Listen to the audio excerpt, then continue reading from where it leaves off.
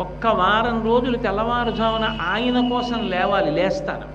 365 రోజుల చొప్పున ఇన్నేళ్ళు ఇలా నిద్రపోతున్నాయి. ఆయన అనుగ్రహం. వారం రోజులు ఆయన కోసం లేవద్దా? లేవాలి, లేస్తాను, ఆయన సంతోషించాలి అంటే ఉత్సవం. అమ్మో, అంత తొందరగా లేవాలా అండి? అప్పుడు మరి ఈశ్వరుడు నీకు ఇచ్చినటువంటి మహాద్భుత విభూతులు, ఆయన నీకు చేస్తున్న మహోపకారాలు, అంత కష్టం అయిపోతుందా వారం రోజులు తెల్లవారుజామున లేవడం? అప్పుడు అవదు.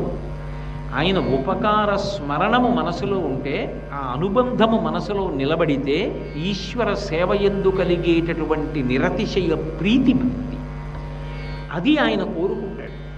కాబట్టి కారుణ్యమూర్తి. అవతలవాడేమిటి, ఏం చేశాడు, ఇవన్నీ ఆయనకు అనవసరం. ఆయన గుండెల నిండా ఏ ప్రేమ ఉంది అది ఆయనకు కావాలి. అది భీముడి యొక్క వృత్తాంతం.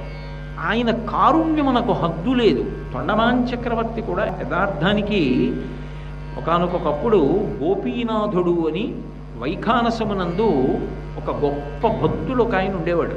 అంత గొప్ప సంప్రదాయం మనకి విష్ణు సహస్రనామ స్తోత్రంలో కూడా కనపడుతుంది. వైఖానస్ సామగాయనః అని, వైఖానసులు సామగానం చేస్తున్నారు అని వినపడుతుంది.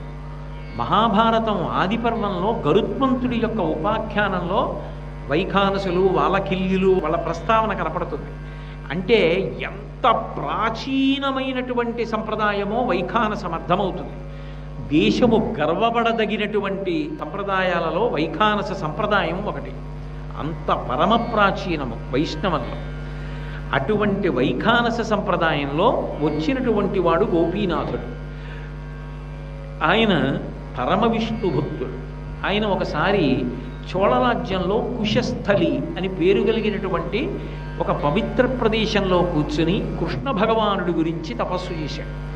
ఎందుకు కృష్ణ భగవానుడి గురించి తపస్సు ఎందుకు అంటే, ఆయన కృష్ణ లీలలు విన్నాడు. భాగవతం కృష్ణలీలలు బాగా విన్నారనుకోండి, చిత్రం ఏమిటంటే యవ్వనంలోకి వచ్చిన కృష్ణ భగవానుడి కన్నా బాలుడిగా ఉన్న కృష్ణుడి మీదే మనసు బాగా నిలబడుతుంది. అలాగే చూడాలనిపిస్తుంది.